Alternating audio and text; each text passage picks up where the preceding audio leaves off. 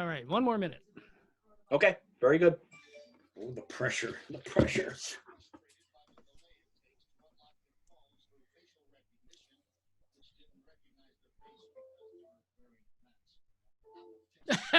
Come on. Wearing a mask, of course. Oh, you guys can't hear the news. No.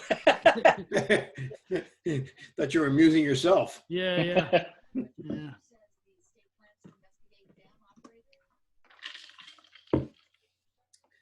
They're investigating dam operators. Those dam operators. Those damn operators. Damn it.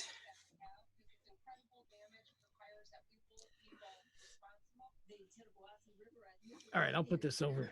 Okay. On 35 feet before dropping around midnight. I'm Barbara Cusack. Liberty. The following show has paid WGCH a broadcasting fee, and the opinions expressed during the show are not necessarily those of the staff, management, or ownership of WGCH Radio.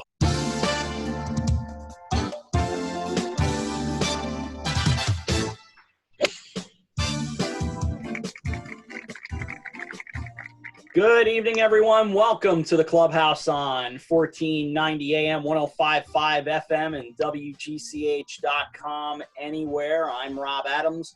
Welcome aboard for this May 20th edition of the show. And across the way, virtually, as he has been for a couple of months now, is my partner of oh so many years, Mark Jeffers. And Mark, you're a whole new vision for me tonight. Well, I won't say a new vision, but at least the computer doesn't have a crack in the frame anymore. So, yes, we're working on a new computer. And, yes, Rob, I know. I miss our, high fives and hugs when we do the pre-production meeting. So we'll have to get back to that soon. We will. We will get back to it very soon. We're making baby steps, Connecticut partially reopening. New York is opening in pieces. So, we got to look for the positives here, and we're getting there, Mark. Well, before I bring Dave on, I just want to mention that Sarah cut my hair today. Now, our radio audience won't be able to know that, but it was big news. But in Connecticut, I hear there might be some barbershops opening up in June. Is that what I'm hearing in the rumor mill? That is correct. That's what they're saying. That's what they're considering their phase 2 opening. That's right. And that is the voice of Bob Small, by the way. Which you haven't heard for weeks. And Bob is very concerned about the haircut, I'm sure. I do my own haircut. That's right. Without further ado, let's bring in Dave from Manhattanville College. Dave, welcome. Woo! Thank you, Mark. Bob, good to see you. Robert, always a pleasure. David? How goes it, fellas? It goes. It keeps going. How are things with you? Good, other than the fact that I miss sports so much that I took the dog for a walk today and I saw some guys playing pickup game at Saks today, and I was mesmerized. I stopped and watched, and I was analyzing the action. I almost wanted to yell out, "That guy walked." Understood. If Dave, you know what, Rob? If Dave starts doing play-by-play for dogs, that could be a problem. Hey, my dog is sports savvy. Shay knows her stuff. Let me tell you. That's right. That's right. All right, before we introduce and we have, by the way, just so you guys know, again, the producers, our first guest is the who's who of sports. But before we get to him, I want to quickly ask Dave. Yes. We had a great thing last week, and I want to talk a little bit more about the cocktail reception for our graduate students. Yes, so we had a nice, obviously, virtual, what do you want to call it, Zoom reception. It wasn't actually the graduation for our students. We graduated about 25 students from the sport management program, and it's just so unfortunate, but it is what it is. And so Mark and I, and appreciate Mark's efforts on this, we reached out to Mike Ruzioni, who's been a guest on this program, and just thought it would be really nice because obviously it's the 40th celebration, 40th anniversary of that great upset win over Russia in the semifinals, winning the gold medal over Finland. And he was very gracious and very, very, very inspirational, I would say, to our students, to our graduates. And I think our dean, she was blown away by it. So we got some nice press out of that, and it was a lot of fun. We start our summer next Tuesday after Memorial Day. In fact, we're starting with the class taught by one Mark Jeffers, sport media content. So he'll be doing it online, which, as we can see, he's got his haircut, so he's ready to go. You notice, Dave, that's really why I got it cut, was for the students. Well, yeah. And of course, the Zoom Clubhouse show, although our audience is on radio. Yeah. One more quick thing. I want to mention that our sponsor for many years, Power Against Tobacco, and Megan O'Connor was going to join us tonight, but she got something came up. But in June, she'll come back on and talk a little bit about this. But big news for them. The sale of flavored e-cigarettes statewide and all tobacco sales at pharmacies will end as of May 18th in New York State. And this is a great step forward for the health and of local youth and adults. So a big round of applause. Definitely. That's big news for them. Wild habit. Yeah. And so now, David Shaw, you know what?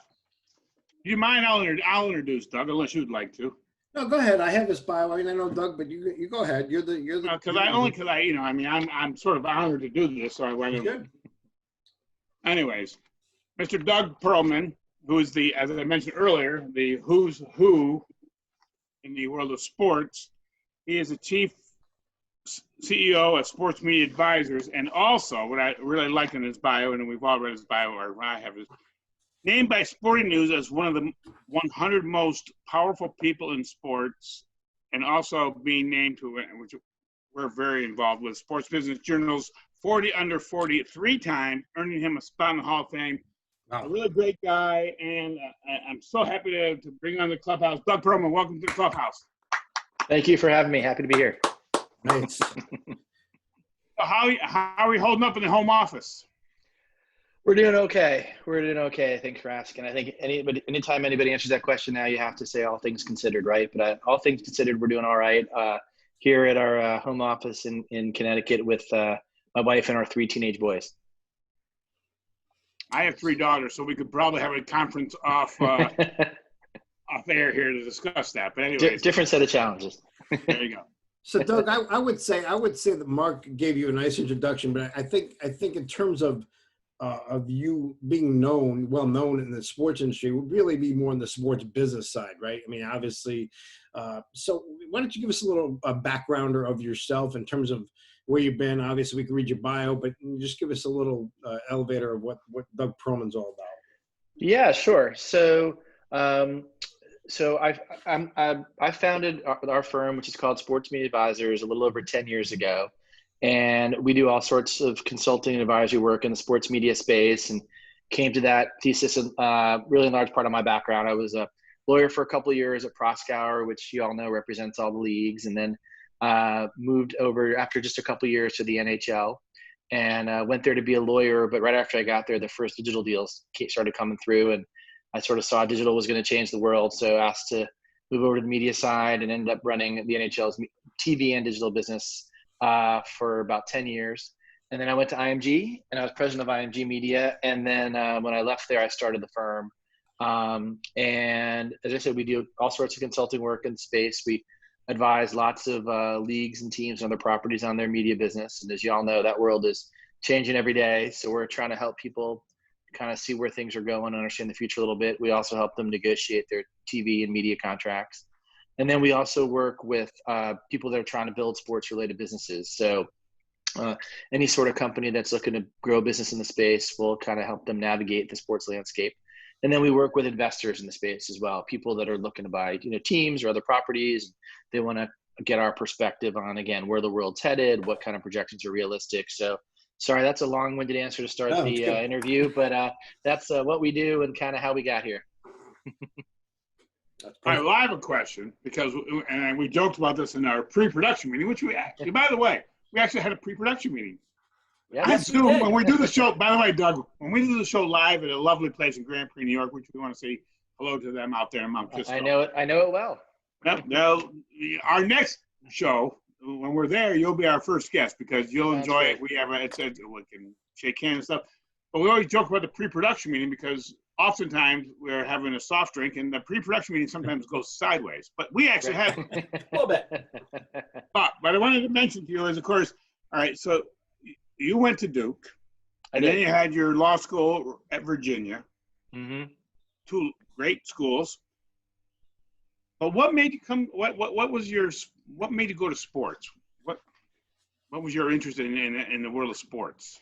So, I've always loved sports. I was an athlete growing up here in Westport. Always loved sports, always watched and enjoyed all kinds of sports. Never really gave a ton of thought to pursuing a career in sports, and never really kind of had a great sense of what that might look like. But then when I was at Virginia for law school, as you said, I actually took a class in intellectual property. So, copyright, trademark, the law of rights. And I really found it fascinating, and I got real into it. And that's when I started to think about kind of the career path that might put me on. And I started to focus on, sports and or entertainment, and started to sort of really get the sense that so much of the business of sports is all about rights and who controls them and how you license them and sell them, et cetera. So that's when I started to think I could combine that interest with my passion for sports and pursue a career. And as I said, went to Proskauer and then followed the path I described. That's very cool. So as your company represents so many of the sports that we all enjoy watching, I have to ask you this question. All right, obviously we have coming up, we're in a terrible time, but as sports slowly do return to venues, what do you think about the fact that there'll be no fans? It's a great question. It's the kind of thing that, I'm talking about every day throughout the day with all kinds of folks from different vantage points within the industry. I think, as Dave mentioned at the top of the show, we're also starved for sports. And I think right now everybody's thrilled to be able to watch anything, even if there are no fans there. So, this past weekend, you saw NASCAR come back in a real strong way, which was terrific. You saw the golf event over in Germany. The Bundesliga was back. So I think for now, everybody is, thrilled to be able to see any kind of sports, even if there are no fans. I think there's no question it's not the same kind of experience, right? It's a whole lot more fun to see a packed house and the crowd reacting. But I think, for now, we'll sort of take it. And I do think it also varies from sport to sport. I think certain sports will miss that experience more. And, it's really interesting. There's all sorts of conversations going on now among production folks about just what do you do about that, right? How do you frame the shot? Should you bring in crowd noise to make it seem like there's no, noise now? It's sort of like the old laugh track. In certain countries, they're putting fake fans in the crowd to make it look like there are crowds in the seats. And I've even heard that in some places they're letting people send in their pictures and they're putting their faces on the dummies in the crowd for like $25 that they then give to charity. So, times like these, people need to get creative, and a lot of people are. So again, I think the short answer is I'd rather see fans in the seats, but I'm awful happy to see sports being played. I thought, by the way, Fox's production of NASCAR was actually outstanding. And I'm not a huge NASCAR watcher, Doug, but I thought it was really well done. And guys, I think there should be a row of Clubhouse spaces in one of these facilities. I don't know. What do you think? Oh, absolutely.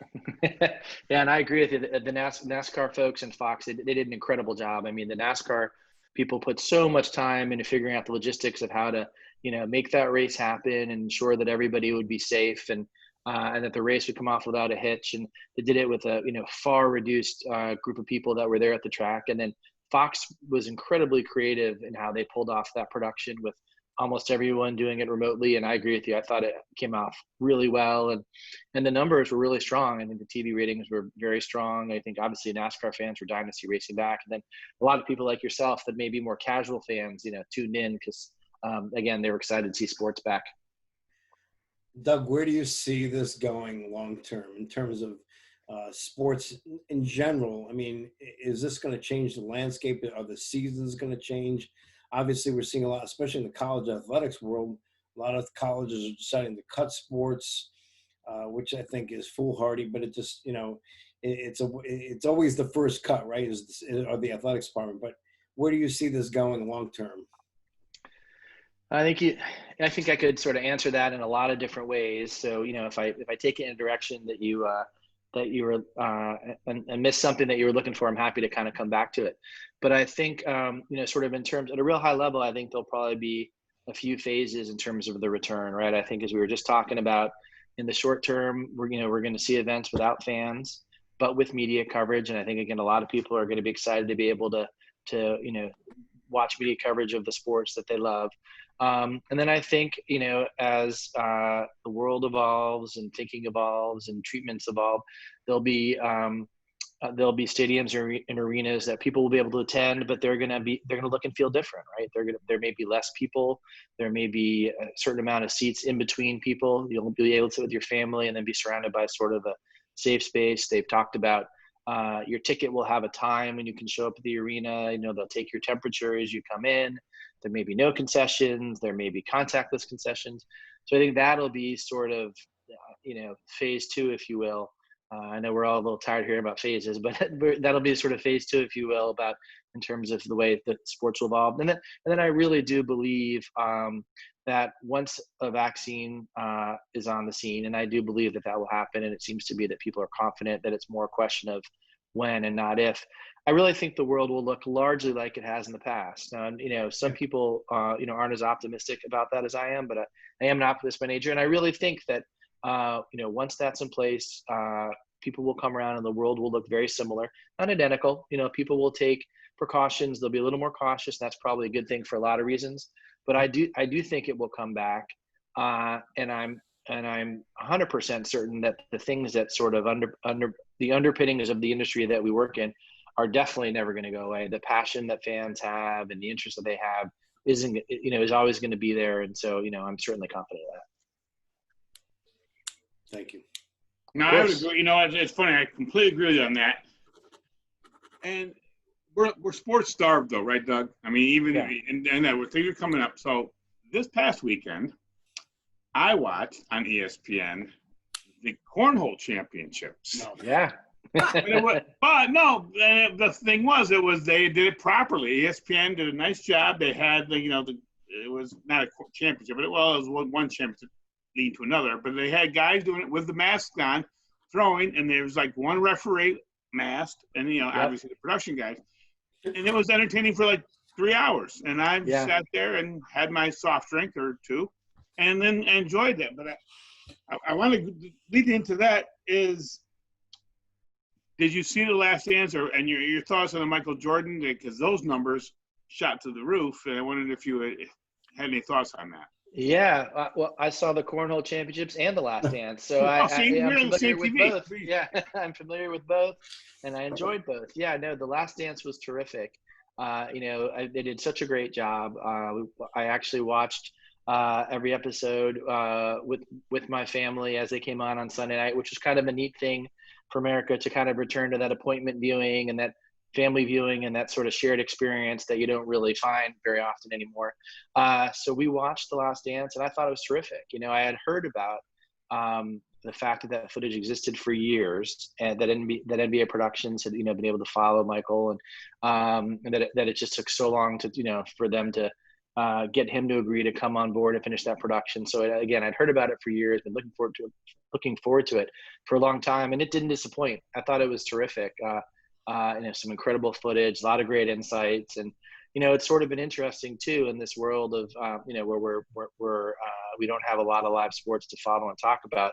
All of the commentary coming out of it, right? How some of his teammates have reacted, I think, has been really interesting. So I really enjoyed it, and again found some of the commentary around it really interesting as well.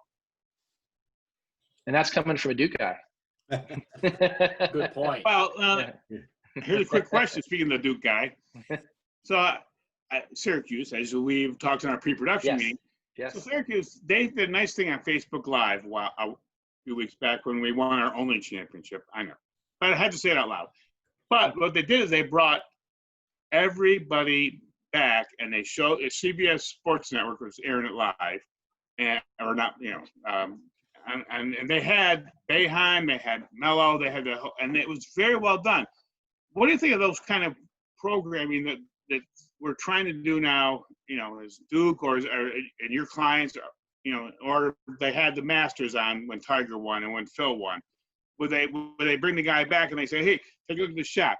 I think that's pretty fun stuff while we're waiting for the real stuff to come back.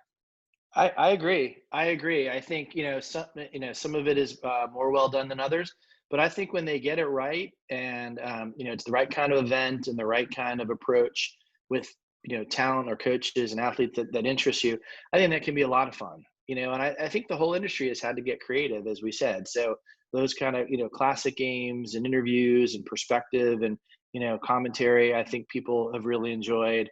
And all the leagues and the properties, they're constantly thinking about, again, how to keep those fans engaged during a time like this. So whether it's, telecasts like that, whether it's social media initiatives, whether it's some of the esports executions that you've seen where people have gotten more engaged with that, during this period of time, I think, I guess I've been a little bit surprised by how much of that content I've really enjoyed. And I hear from so many people they've really enjoyed. That's very true. Rob, should we take a quick break and then come back and finish up with Doug? Because I would love to keep him on for a little bit longer if he has time. We sure can do that. Yeah, I like that idea as well. So that's what we'll do. We'll take a break here on the Clubhouse on a Wednesday night on 1490 AM, 105.5 FM, and WGCH.com anywhere. As parents, we do pretty much anything to protect our kids, from monitoring what they watch on TV and Everything good? Everything's Smooth. Is it all right?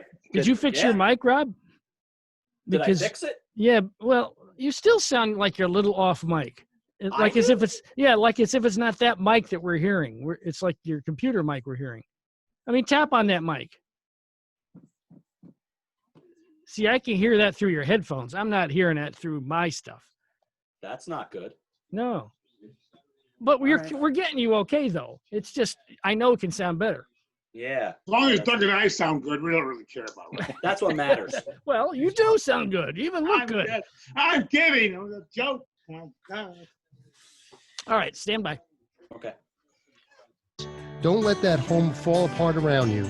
Join us Saturday mornings from 8 to 10 on Around the House with Steve Gladstone on 1490 WGCH. Welcome back to the Clubhouse, 1490 105.5 and WGCH.com. I'm Rob Adams, Dave Toromio, Bob Small, Mark Jeffers with Doug Perlman joining us on this edition of the show. And Mark, we're having a good chat here tonight. Some good stuff. Absolutely. I mean, I got to tell you, the producers have done a wonderful job, as always. And Mr. Toromio, I know that, as much as I take no credit, you deserve credit for Mr. Perlman because he's been outstanding. So, that $3 that I was going to pay you later. Yeah. You got it. Yeah, no, I would just say this. Doug is a really good guy. I've asked him over the years for several different things. He's never said no. He's always available, and we appreciate that. So thank you, Doug. Oh, it's my pleasure. I'm happy to do it. So I have to ask Doug, and unfortunately we're on radio, so he won't be embarrassed, but when they named you, one of the 100 most powerful people in sports, I know that's obviously a tremendous honor, but what did you think? I mean, were you like, holy cow, it's cool. Yeah. No, it was a number of years ago now, I have to admit, but it was it was a bit overwhelming and a bit surprising. And, and you sort of look at some of the other names that were on the list and it was quite humbling. So, no, that was a really, really neat thing. And I actually had no idea it was coming. It caught me by surprise, which made it even a little bit nicer. Doug, you mentioned something earlier, and I want to go back to it because it's something I never saw really coming, having worked in the industry myself for many years, and that's esports. Mm-hmm. Esports is now, at least I just saw an article today, like a $200 billion industry. Colleges are getting into the game. They're forming teams. Where do you see that going? And is this crisis, this predicament we're in now, is that going to now enhance this whole esports world? I think you're already starting to see it, the esports world benefit from everything that's happening out there. And I think it's a combination of things. It's, obviously people, as we've all said, they're sort of starved for competition, starved for sports. So they're trying out new things that they might not otherwise watch. And I think esports has definitely been a beneficiary of that because, again, it's one of the sports that you can put on safely. People don't need to be within range of each other. So some of the esports that already existed are seeing a real surge in their audience. And then you're also seeing some new creative esports executions, right? Like what you saw with NASCAR and some of the other auto racing circuits, where they put on those iRace events, which I thought were just amazing, where they had, current drivers competing against each other in what were incredibly lifelike racetracks. And then they actually got the Fox crew to call the races. It was pretty amazing, and put them on television, and they did pretty nice numbers. So I think there's no question that everything that's happening is going to inure to the benefit of what was already a really fast growing segment of the industry. Interesting. All right, so Doug, what can you tell our audience, and actually two things. One is where our audience can learn more about your company, Sports Media Advisors. And more importantly is in where Dave and I work in Manhattanville, what would you tell our audience member who might be looking for a job in the sports marketplace? Any suggestions for that? Sure. So anybody who's interested in learning more about our firm, probably the best place to start would be our website at sportsmediaadvisors.com. We have what's hopefully a pretty good overview of our team and what we do and some of the work that we've done. And in terms of, what I'd say to young people, actually, I talk to young folks all the time who are interested in careers in sports. It's something I really enjoy doing. And, one of the things that I tell them, and it sort of relates back to your first question about, kind of how I came to approach a career in sports, is I meet lots and lots of young people who say, I'm passionate about sports and I'd love to combine my passion for sports with my career. And that's great. And that's where I was when I was their age. But what I always will tell them is you really want to sort of try to take the next step and try to find an area within the sports industry that interests you, where the substance of the subject matter interests you, because loving a sport is not going to carry you through a whole career. At the end of the day, it's a career, it's a business, it's a job. So whether it's sponsorship sales or licensing or finance or legal or media, as in my case, you really want to enjoy the subject matter and the substance of what you do, in addition to having the passion for sports. And don't get me wrong, it's an awesome industry to work in, and it is exciting to be around the industry and the events and the people, et cetera. But I try to kind of encourage young people to really try to find a subject matter within the industry that interests them. And I do also tell them, they don't have to find it right away. I mean, I certainly, again, they're far ahead of where I was when I was their age, but at least I encourage them to start thinking that way and, reading the trades and taking the kinds of classes that Dave offers to try to really get a sense of, the substance of the subject matter in addition to the attractiveness of the sport. Wow. We could do another half an hour. Shall we just bump the other guests and do that? Is that okay or no? I guess we really can't do that. But I'm going to thank you so much, Doug Perlman. Thank you so very much. Very honored to chat with you. And you're welcome back to the Clubhouse anytime. I appreciate it. It was a lot of fun. Thank you. It was a lot of fun. I'm happy to do it. Appreciate it, man. That was great. Thank you, Doug. My pleasure. My pleasure. Appreciate it. All right, we continue on here, coming up on 7:30 on this edition of the show. Are you looking for another break, sir, or are you comfortable where we are at this point in the program? Oh, we have a couple of other guests coming up at 7:30. We can take a quick break if Bob Small's okay with that, because, he is my leader. He is nodding. He is nodding. So, Yes. And now he's talking. Actually, I know I can talk now. I know, this is amazing. Now you got to fix my microphone, but all good otherwise. So yeah. We'll snag that break right now as we come up on 7:30. The Clubhouse continues after this on 1490 AM, 105.5 FM, and WGCH.com anywhere. Hey, Mom. I spy with my little eye something blue. That box of crackers. Doug, you can hang with us if you want, or you can cut out whatever you feel. I think you're in your office, aren't you? Yeah, so I appreciate it. I've had fun, but I'm probably gonna cut out. I understand. You gotta get home. Thanks, Doug. We'll send you a copy of this. You were outstanding. Thank you. I appreciate it. It was a lot of fun. I enjoyed it. Happy to do another time. Yeah. Take care, guys. Thanks, Doug. Okay. Bye-bye. Hey, John. Hey there. How are you, Dave? Hey, good. How are you, man? Doing all right. Say hello to Mark, Bob, and Rob. John, Hey, fixed gentlemen. my camera, for Hello. God's sakes. It's so funny to hear your voice because I can tell you're indoors, yet the backdrop is completely outdoors. Oh, yeah. Yeah, that was a theme call we had the other day for the Ivy League. So now I'm back in my house. All right, we're back. Nick's coming in too. Welcome back to the Clubhouse, everyone. I'm Rob Adams, 7:31 here on this Wednesday edition. Mark Jeffers, Bob Small, Dave Toromio. Doug was great, by the way. You're right, Mark. That's easily a whole separate show, just continuing to listen and learn from him.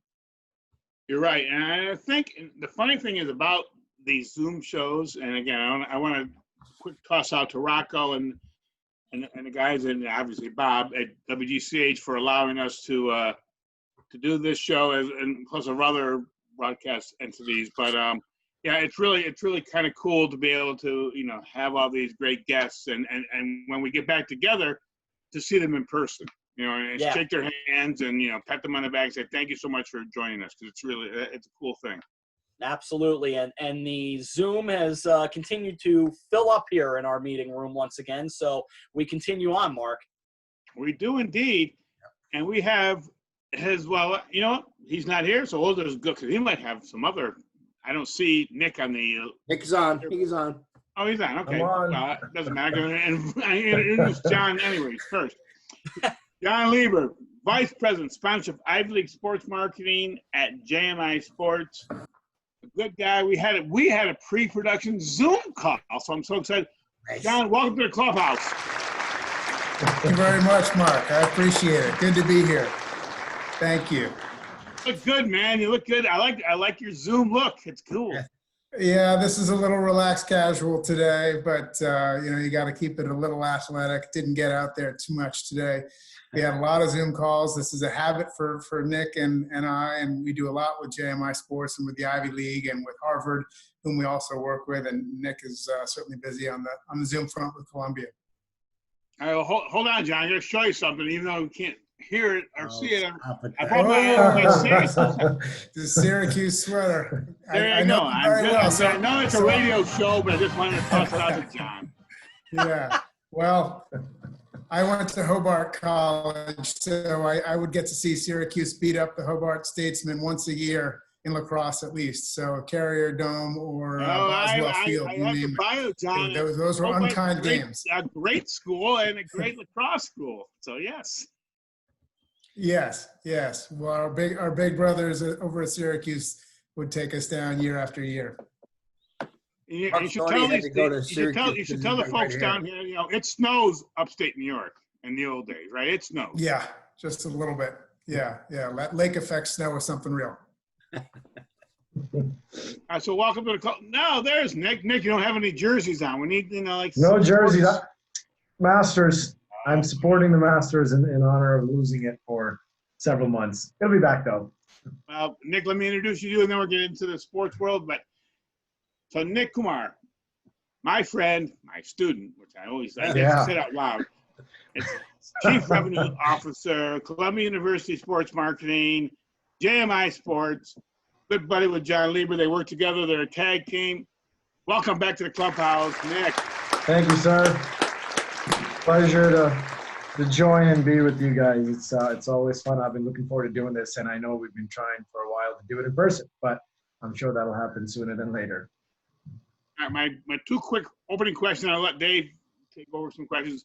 First of all, Nick, how's the family, and how you holding up in that lovely office that you call the home? The home office is lively, and I'll tell you, my new coworkers don't have much room for respecting space, and I think they have a tendency to find their way into our Zoom calls, our Teams calls, our client calls, and John can attest to this. They like to be visible and they like to be a part of it, but everyone's healthy, everyone's happy, and kids are still young enough so they don't know the difference, which is kind of nice. And so they're playing outside and just having a good time, and mom and dad are home, which is even better, right? Yeah. So that makes it even more fun. Hey, John, how about you? What's going on down there? Everything okay with you? Yeah. I'm in Westport, Connecticut, just up the road from from Nick, and I've worked from home a lot over the years, so that part's not new to me. It's new having my sophomore in high school and my seventh grader at home as well. But they're pretty good. I mean, they're working hard. The distance learning can be a challenge, but you know, I've taught them how to do laundry and how to make pasta and things like that. So there are small blessings. You know, my wife Sarah's been asking me to do laundry since we've been in this, and I'm still not be able to learn it yet. You still haven't learned, right? I promise you soon. Yeah. Come on down here. I'll show you, Mark. Oh, I'm sure you would, John. 32 years, better late than never. Yeah, I saw a picture of you, Mark, by the way. I don't want to like. Before you jump on that, I saw a picture of you, the anniversary picture, I guess, from 30 some odd years ago, and that was quite the look. You had the mustache. I want you bring it back. Bring it back, quarantine mode.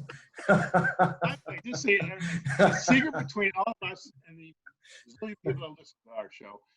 Sarah never liked the mustache, but she never told me till after the marriage. Oh, wow. It's breaking news. I'm sure CBS is going to interrupt right now. Oh my goodness. All right, David. Yes. So Nick Kumar is one of my favorite people in the world, and John just got to meet him recently and getting to know him a bit, and he's a good man. It's a good company. So Nick worked at Manhattanville for many years, helped with the sport management program as a graduate of the program, got his master's. One of the sharpest young men that I know, and obviously, you know, like him a lot. Why don't you guys tell us what JMI Sports is and what you guys do? Sure. John, you want me to start and you want to jump on? That sounds great. Thanks. Sure. So, Dave, thank you for that. That's very kind and too kind. I think, you know, I should leave now. I mean, I'm quite while on my head. But I think when you look at, you know, where we've come in terms of a company and you know, as Dave mentioned, I worked in Manhattan for many, many years, and it's a place near and dear to my heart and continues to be. And the program itself has done some wonderful things for many individuals that have gone on to springboard into tremendous careers in the sports industry. And you just look across the board the last decade and the kinds of people that it has produced continues to be an impressive list. So I'm fortunate to be part of it and fortunate to be carrying the flag out in the industry. The JMI Sports is effectively a boutique sports marketing agency. So we find ourselves rivaling the big guns in the Learfield IMG folks that run a lot of business across the collegiate landscape, but we at JMI Sports really are the white glove alternative, we'd like to say, to some blue chip clients. And you look at the array of clients that we've picked up over the years, and credit to Eric Judson, our CEO, and Tom Stultz, our president, and Paul Archie, who's our chief commercial officer, all of whom would be great to have on this at some point. But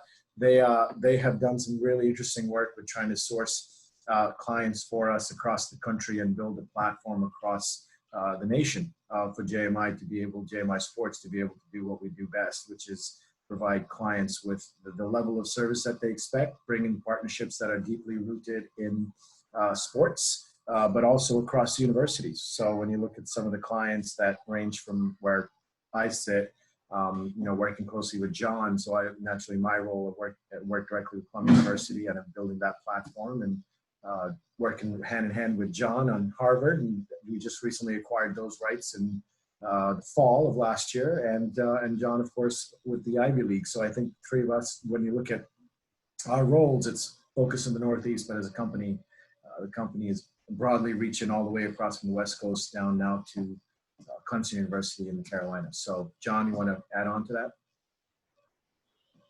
Yeah, for sure. So in addition to some of those properties that Nick mentioned, I mean, the property rep business that JMI started really began with the University of Kentucky. And we've grown it to bring on a lot of big conferences, big schools, I should say, in Notre Dame, Georgia, Clemson, and then we have a pocket of the Ivy League schools. We've got 3 of the 8 schools. We've got the University of Pennsylvania, Columbia, and Harvard. Nick and I work directly together on Harvard and Columbia and the Ivy League.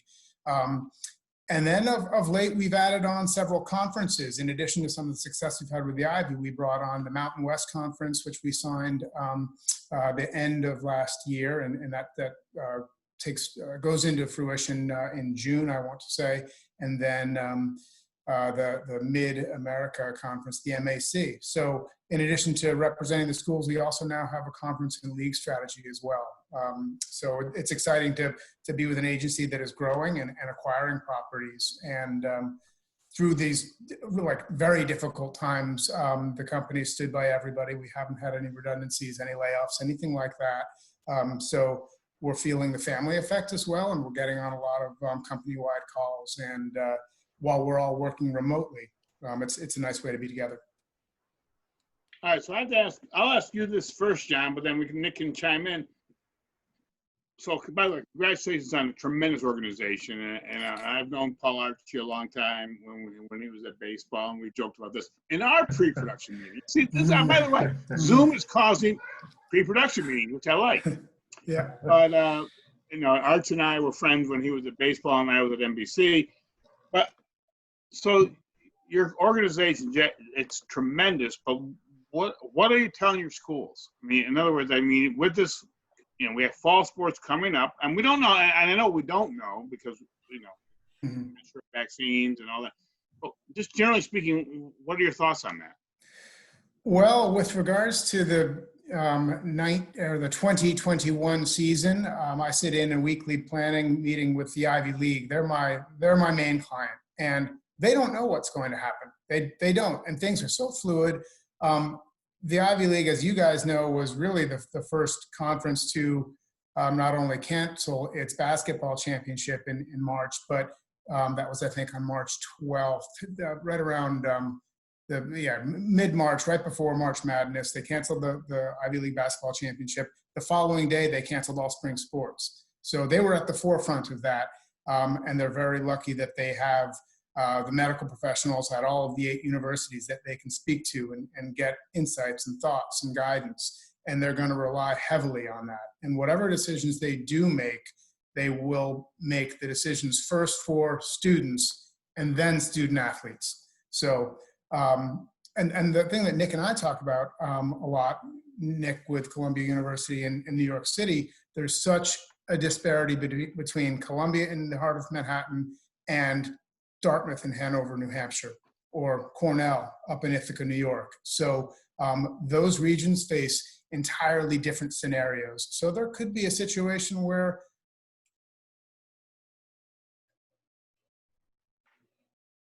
Dartmouth goes back to school, and Columbia and UPenn don't. So sorry if you lost audio. Just for a moment there, I'm going to chime in, guys, and this is for both of you.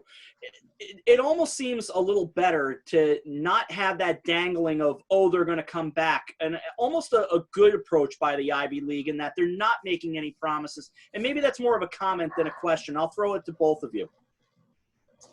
Yeah, I mean, I think, and then just to add on to what John was saying, when you think of Columbia, which we are effectively in the epicenter of all of this, and with the medical center, with Columbia doctors and New York Presbyterian leading the charge in the forefront and managing this effectively, our entire soccer, Rothko Comissio Stadium was turned, with a bubble over it, was turned into a medical facility for COVID. And so you start to think about what's happening, which is so different, as John commented on Dartmouth's campus, perhaps. And again, everyone's impacted across the country, across the world, and we are all facing this. But it is in a way, to be honest, Rob, I think it is in a way to not make any promises at this time, because I think it's just hard to make assurances. And for us, when we look at our partners, and to both of your questions, we're trying to be, taking the approach that we want to be taken with us. So if we were on the other side of the desk, we'd want to be able to have the same discussion that's very open, very candid, very just fitting in its time, to say, look, we don't know. We don't know right now, but we'd like to be able to tell you that, in September, we'd like to have football back. We'd like to say that our students first, Ivy League's discussing all kinds of things. Universities are discussing different scenarios. You saw what happened with Notre Dame yesterday, making the announcement. Actually, it came out this morning. And so you saw that, which was a very unique and thoughtful approach to managing this in a city that, when you look at even where they draw their students, which is global and across the country, just like our universities, it's interesting to see the parodies that you'll I think start to see with many universities facing the challenge of saying, look, we want to have students back. That's our paramount importance. We'd like to have our 6-week preseason. We don't know if that's going to happen July 30th, or it's going to start to happen a little later. We don't know if the Ivy League will say we might push things to the spring. Certainly different states are dealing with this differently, and that's what we're finding. But yes, I think it's good to be able to say we are going to be partners. Fortunately for us, we've got multi-year partnerships and folks that are in it with us for a long time. They're not just looking at this as a year-by-year piece. They'd like to try to build out our relationships over time, as we do. So they get it, and they've been very understanding, and we've managed it so far without any real hiccups along the way. That crowd noise in the back there, Nick? I was just wondering. It's my fan club. I think they're upstairs somewhere doing something. The crowd noise is always in the background.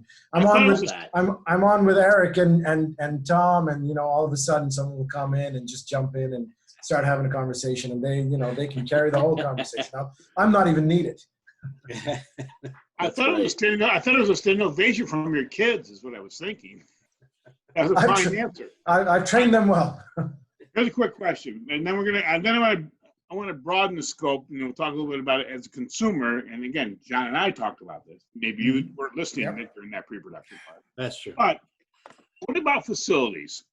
I also read that you guys also deal a little bit with facilities. Now, yes, broadcast media important across the platforms, but once we're allowed to have sports back in the college facility, what do you think is going to happen? Is it going to be am I getting my temperature taken every day? Am I doing a test if I want to go and watch a Columbia game, or I want to go and see an Ivy League game? What do you guys think about that? Well, I think there are a couple answers there. I think, and we're gonna see it just in the way that I think people are opening up public facilities right now outside of the sports landscape. You look at the beaches opened in Westport. They're not opening for everybody right now. Everybody's available to go, but it's going to be limited. It's every Dave's not allowed to go to the beach. We'll take him. That's any time. So I think capacity will be limited. Obviously with Ivy League football, we're not in a spot where we have 80,000 people attending our games. So I don't know if they would require a change. The Harvard-Yale football game, the game, as we know, does around 35,000 people when it's at Harvard. And the capacity of the stadium is probably 60,000. So I don't see major changes there. But when you look at basketball arenas, Levites Pavilion at Harvard holds 2,800 people. They will need to make changes there. And those are all the conversations that are likely happening now on campuses. Nick, if Columbia has a different take, or any of our other universities, feel free to dive in. Yeah, I think Mark, there's different dialogues, and certainly at Columbia, we are going to be the last. We're going to have the benefit of seeing others take a step ahead of us. So we're actually taking our time and watching what's happening around us before we start to make that call. And we've got, of course, the Baker Athletics Complex, which is on the northernmost tip of Manhattan, and you pretty much are looking at some pretty scenic views from there. One of the nicer facilities to play in when you look at Columbia and with Kraft Field. I think we've got, again, from a capacity perspective, we've certainly got the capacity in the stadium itself, and we've got the ability to manage it. You're going to see the changes coming in with the ticketing systems and the ticketing platforms, the scanning, and you're going to see all the additional perhaps changes in seating arrangements as well. The seat selection for season ticket holders might get impacted. So we're starting to see and already discuss some of those things. And interesting enough, I was speaking with another colleague who's at a different NFL property, and you start to look at what they're looking at. They're considering things like pulling out seats and all kinds of things that are happening, and they're looking at every scenario you can imagine. And so we're thankfully not in that scene, because we're not dealing with 100,000 people in the stadium and another 100,000 people outside, which gives us a little bit of a unique advantage in this time. But at the same time, we've got a very loyal audience and fan base, that alumni base that comes to these games, and they want to be a part of it, and they want to consume our football and our basketball just as much as anyone else does. So we need to be prepared for it, and perhaps seeing a lot more partnerships with the with the companies that can manage sanitization and cleaning, and what happens to your facilities with regard to when you walk in. Do you have a wipe in your hand? Do you get a wipe when you walk out? Do you have more of those around? Do you have, obviously we've had multiple conversations around those elements for not just sponsorships but also for safety. And I think you're starting to see companies that are, when you think of these kinds of times, we often find companies that innovate. The Ubers and the Lyfts came out of 2008, and you're starting to see companies right now that are starting to look at the pandemic as somewhat of an opportunity to really come up with something creative that helps perhaps not solve the new normal, but what is going to be normal. Maybe we were just living in the past that this COVID-19 situation has allowed us to open our eyes up to a little bit, and start to make decisions about how we live in the future, perhaps from more of a health conscious perspective. So there's all those debates out there, but we're trying to think of it, at the Ivy League schools, and certainly Columbia, Harvard, and others, with regard to how you might make people, safety is paramount. And so what do you do with getting people in the stadiums, getting them out, ingress, regress, all those pieces, discussing that. Our facilities folks are on calls with the healthcare professionals seemingly every day. Nick and John, this is for either one of you. This is something I've thought about for many years, going back to when I was at the Football Foundation, and I felt that the big schools, the Power Five as they're called, might at some point say to the NCAA, you guys do your thing, manage the smaller schools, we'll do ours, and we'll become an entity ourselves. Now, your company represents both small schools and big schools, Notre Dame, Kentucky, as you mentioned. What is that something that's feasible or possible given the new normal, as you said? That's an interesting question, Dave. I think the NCAA has got their own sets of regulations that we've all dealt with, and they have there's, when you look at how they approach things, it's very thorough, very methodical, very detailed, and can be sometimes overwhelming. So you have to think of how each individual institution will manage this, and whether it's the SEC or the ACC or like the Power Five, like you mentioned, it doesn't behoove them to start to think about where this takes them. NIL is a whole different topic altogether that we all are dealing with as well, and how do you manage student athletes, and how do they monetize their ability and their personal brands, which is really interesting. So yeah, I think it's open-ended, to be seen, to be determined. I mean, we don't have insight into that, candidly. I don't. Yeah, no, I'm just asking your opinion, not any hard and fast company. No, but I think in talking to Eric and Tom and Paul, I mean, they'll tell you the same thing, that I think it's incumbent upon the athletic directors who are really looking out for the student athletes, and of course the growth of their athletic programs and what they contribute to the overall ecosystems of these universities that are sometimes so reliant on athletics, not just for revenue but also for enrollment. So I think there's two pieces to that as well that are important questions to be answered. All right, I have a consumer. I'm switching roles. Put your consumer hat on. Nick, get to go find a hat. And obviously, John and I discussed this. I'm ready. So he has his consumer hat on. All right, and you both know this game of golf, which Dave and I and Rob and Bob, we're going to eventually play golf when it gets, when all the rules are done, and we're not hurt anybody when we do play golf. So we do know the game, we just don't play it well. Right. In the TV media rights world, in the production world, we've had a couple things. We've had CBS. They did the Masters Rewind with Phil and Tiger. And recently, as of last weekend, we had NBC do their production of the Skins Challenge, which I thought was, interesting. Finished in the overtime. And then this coming up this weekend, we have Turner's Tiger and Phil event with some, secondary quarterbacks playing with them. I just want to know, as a consumer, and we'll start with John, because John and I rehearsed this for 12 hours beforehand.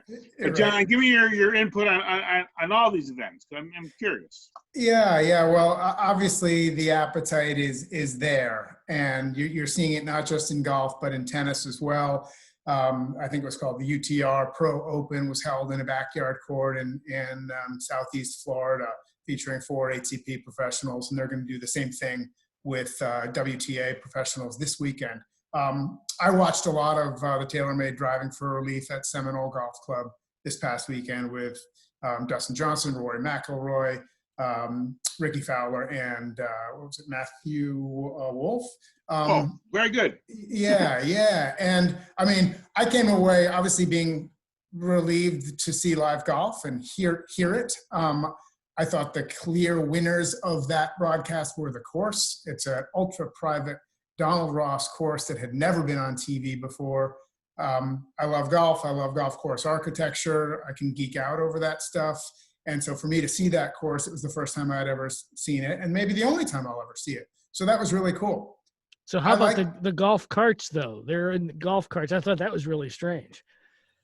Well, the players in this one were walking and carrying their own bags. So there were no caddies. They were wearing shorts. So again, a lot of people, like when the PGA Championship a couple of years ago let golfers wear shorts for practice, everybody freaked out.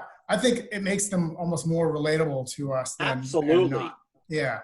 So I like seeing that. They look like athletes. They're carrying their own bags as we would on a Sunday afternoon. I thought that was really cool. The one thing that I thought fell flat was just the way, and I know NBC didn't have a lot of time to get ready, but the broadcast seemed a little stale, a little staid. They didn't take a ton of chances. I know they had limited staff there.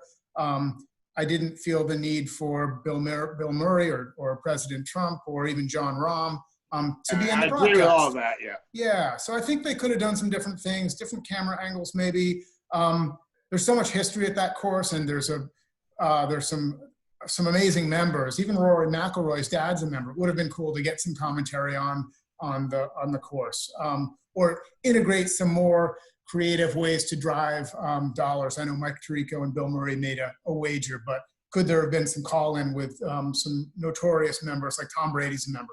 Could Tom Brady have called in and done a wager with Tirico to, also maybe promote the next week's broadcast, which is coming up, the match too.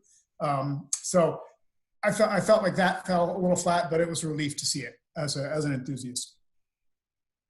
I have a technical issue, though. I didn't like the microphones on the players because that was picking up all that wind noise, and I thought that sounded pretty poor, very low quality.